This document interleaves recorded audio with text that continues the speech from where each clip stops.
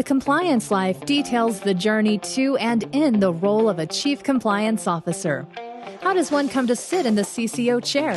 What are some of the skills a CCO needs to successfully navigate the compliance waters in any company? What are some of the top challenges CCOs have faced, and how did they meet them? These questions and many others will be explored in this new podcast series. The Compliance Life is hosted by Tom Fox, and each month he'll present the story of one CCO through 4 episodes. The Compliance Life is a production of the Compliance Podcast Network. Hello, everyone. This is Tom Fox. I'm extraordinarily pleased to welcome you to another 4-week episode of The Compliance Life. In the month of September, I'll be visiting with DeAnna Nwankwo. DeAnna has been most recently the Chief Compliance Officer at Core Laboratories, where she served from 2003 to May 2020. In that capacity, she led Core Laboratories' ethics and compliance activities. In this role, she reported to the General Counsel and Secretary and to the Audit Committee of the Board of Directors. She was responsible for formulating and implemented Core Lab's ethics policies and procedures, including its Code of Ethics and Corporate Responsibility Statement, making sure they were communicated and training across all company lines. She managed the company's helpline resources and served as the final internal resource which concerned parties could communicate after other formal channels and resources were exhausted. As Chief Compliance Officer, she was authorized to implement all necessary actions to ensure achievement of objectives of an effective compliance program. In her role, she collaborated with other functional departments, including internal audit, human resources, information security, to receive and direct compliance issues for the company. DeAnna has a great story. It's well worth listening to. I know you'll enjoy it, and I know you'll learn a lot. Thanks for listening. Hello, everyone. This is Tom Fox, back for our concluding episode in this month's 4-part series on the Compliance Life. Back again, DeAnna Nwankwo. DeAnna, first of all, welcome back. Thanks for having me, Tom. It's been a pleasure.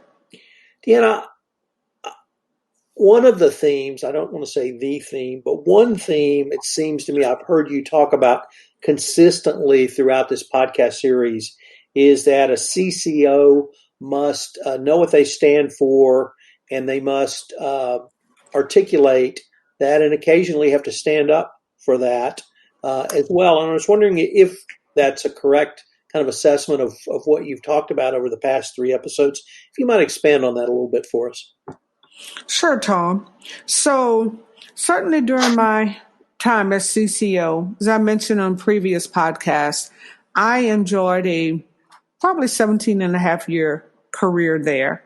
Thoroughly enjoyed the people I worked with, the people I worked for, had a lot of respect for the individuals in our C-suite and, the managers that had, fiscal responsibilities, a lot of respect for them.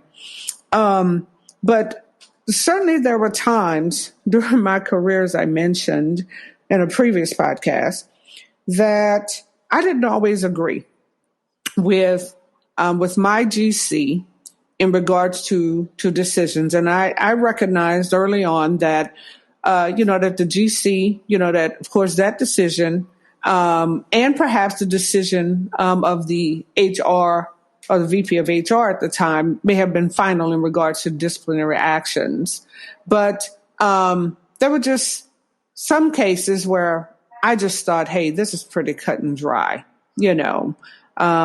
this shouldn't be any, in regards to reporting facts. There should be no discussion, in regards to the outcome here, especially, when there were indeed, repeat occurrences, alleged repeat occurrences.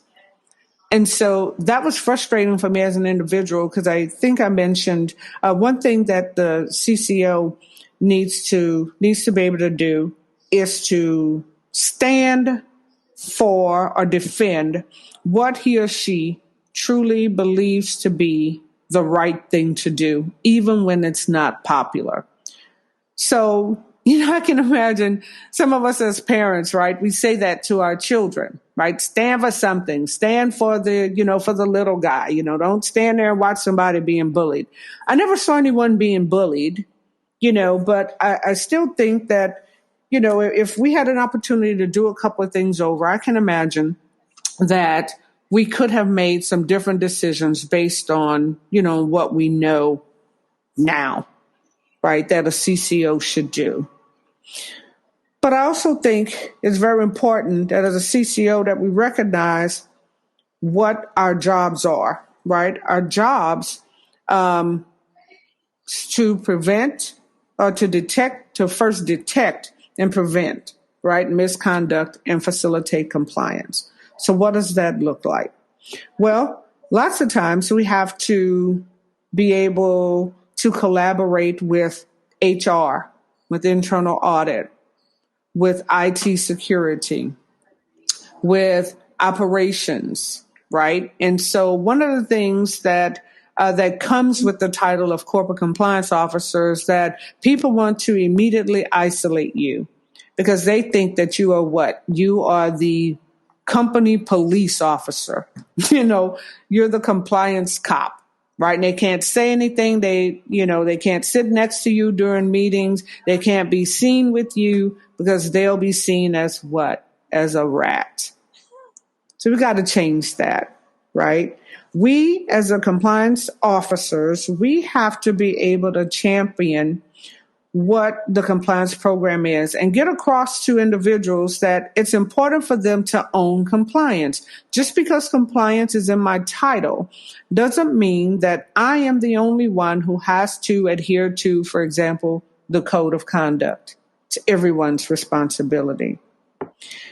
It's important for the compliance officer to recognize that, there will always be expectations about what they're supposed to do, what their job is. And don't doubt that a person will not tell you, well, you're supposed to do this and you're supposed to do that. Well, that's great. But last I knew, my title is corporate compliance officer and my job description says XYZ. So no, you're not going to, you don't get to tell me what I'm going to do or what I'm not going to do. But it's important, yes, to make sure that in our job as corporate compliance officer, that we educate, and understand the difference between educating, meaning transferring of knowledge, and communicating on what our policies are. We need to draw a clear line between that because that's one thing that I found myself fighting for, quote unquote, fighting for in my job. Is that we need to step up our education, our training program in the company. It can't just be, oh, there's a code of conduct on the wall, go read it, sign here. It can't be that. We must take a deeper dive into the education aspect and the transfer of knowledge. We have to make sure that our policies and our controls are appropriate, they're adequate. And it can't just be kind of like set in stone, like the 10 Commandments. Once it's written, it's done. No, these policies need to be reviewed on a regular basis. And sometimes changes have to be made. That was sometimes another wall that I would hit. Hey, we need to revise this policy. Why? There's nothing wrong with it. No, there's a lot wrong with it. A lot has changed, right? When we audit, right? We're looking for problems. It shouldn't just be it's an exercise, right? It's done. Boom, tick the box. No. Have we identified any problems? When we audit, we're supposed to look for problems. That's kind of part of our monitoring of the compliance program too. So wait, no, let's not do audits this year. Really? Well, that was never a scenario I faced. Thankfully, audits were very much welcome. They were reviewed as necessary, and they were taken very seriously. Another way that we look for problems is through risk assessments. Well, how often are you supposed to do a risk assessment? Well, because the business changes and the business environment changes, you should do a risk assessment annually, because new risk may have developed since the last time you did one. We have to be able to evaluate our program, and we do that through investigations, and we do that through looking at data that we've gathered from our audits, from our training, right? We measure how effective that is. We won't know if it's effective if we don't measure it and if we don't monitor it.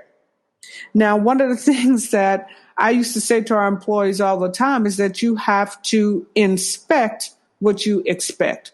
So even though I was the person saying, hey, we have a speak up culture here, we are championing a speak up culture. We expect for you guys to speak up. Well, if the phone never rings, if an email never comes through, if a helpline inquiry form is never submitted via the online mechanisms, then what's going on? Are we just going to assume that all is well? No, we can't, because again, as I mentioned in a previous podcast, when you have a multinational company with operations just about everywhere, where there is a red spot on the Transparency International map for possible, corruption, then no, the phone should be ringing. Well, once we evaluate, what are we going to do?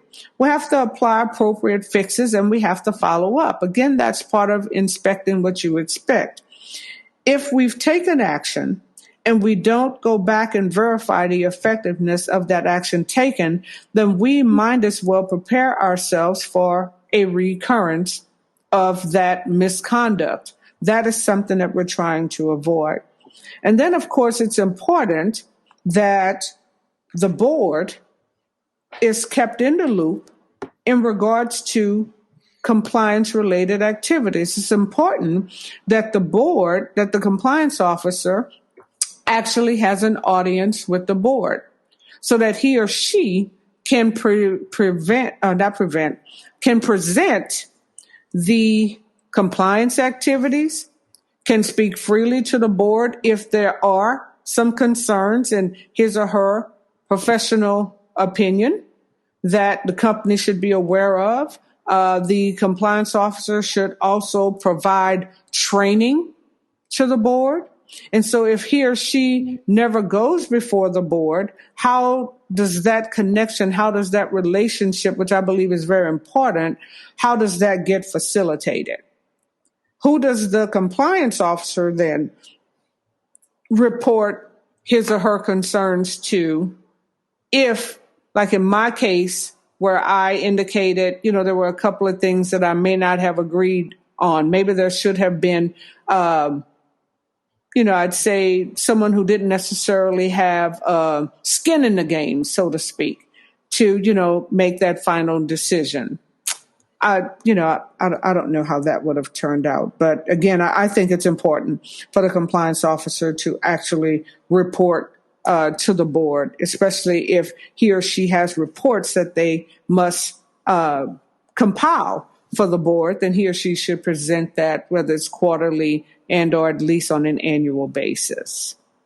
DeAnna, as we move towards the end of this episode, I wonder if we might end on 2 or 3 things that really stand out to you as successes or things you're most proud of in your career as Chief Compliance Officer at Core Laboratories. Right. So one of the main things I'll say that I'm most proud of is my ability to reach out and touch employees around the globe. Part of my job was to travel and actually educate our employees on our compliance policies and, communicate the company expectations while still trying to encourage a speak up culture. I believe I did that fairly well. I believe I connected well with employees around the globe. Because again, I did receive calls on the helpline. And so I think that my ability to not forget them as human beings sort of helped. And my compassion and being transparent with them. I think that is something that I'm going to be very, that I am very proud of in terms of accomplishments. The other is that I was one who pushed very hard for a non-retaliation policy. Yes, we had, words in regards to no retaliation and presentations that we'd give on the code of conduct, on harassment and that sort of thing. We always had, information in there about non-retaliation, but I thought it was important to have a separate non-retaliation policy. And so I was able to draft that policy, and it was actually utilized across the company and all of the business units. So I was very proud of that. And thirdly, I think the thing that I am most proud of is that I actually took the time to grow into the position, to gain the knowledge that I needed. In fact, while I worked for Core Laboratories, over the course of the years, I obtained 2 master's degrees in regards to compliance specifically. I am a certified compliance and ethics professional, and so I take what I do very seriously, and I enjoy communicating about what I do to other employees and others who are interested in the compliance profession. I tell them, listen, it's never a dull moment. You never do the same thing twice, and you really don't get pigeonholed into one industry. Compliance is applicable across all industries. And so I would just like to encourage those who are thinking about perhaps pursuing a career in the compliance profession to do it, because it is ever evolving, and it will challenge you, and it will expand your knowledge, and you will really, really embrace it. It's fantastic. I'm going to end this podcast series with something that you started with in episode 1, and I hope I wrote this down right. Your story is no different than any other compliance officer because it's so different. And I think that you have certainly talked about that over this podcast series. And you've also, I think, taught us that with a background about as different as a lawyer as one can have, you were able to not only become a chief compliance officer, grow into that role and succeed in that role, and show that the skills that you had as a QA/QC professional certainly lend themselves, but you have the opportunity for growth. So thanks so much for taking the time to visit with me, and I look forward to your next journey. Thank you so much, Tom. This has been great. Thank you for doing this. Hello, everyone. This is Tom Fox. Thank you again for listening to this episode of The Compliance Life. I hope you will join me again next week, where I take up another episode in The Compliance Life. The Compliance Life is a production of the Compliance Podcast Network. If you would like to be featured on The Compliance Life, please give me an email at tfox@tfoxlaw.com.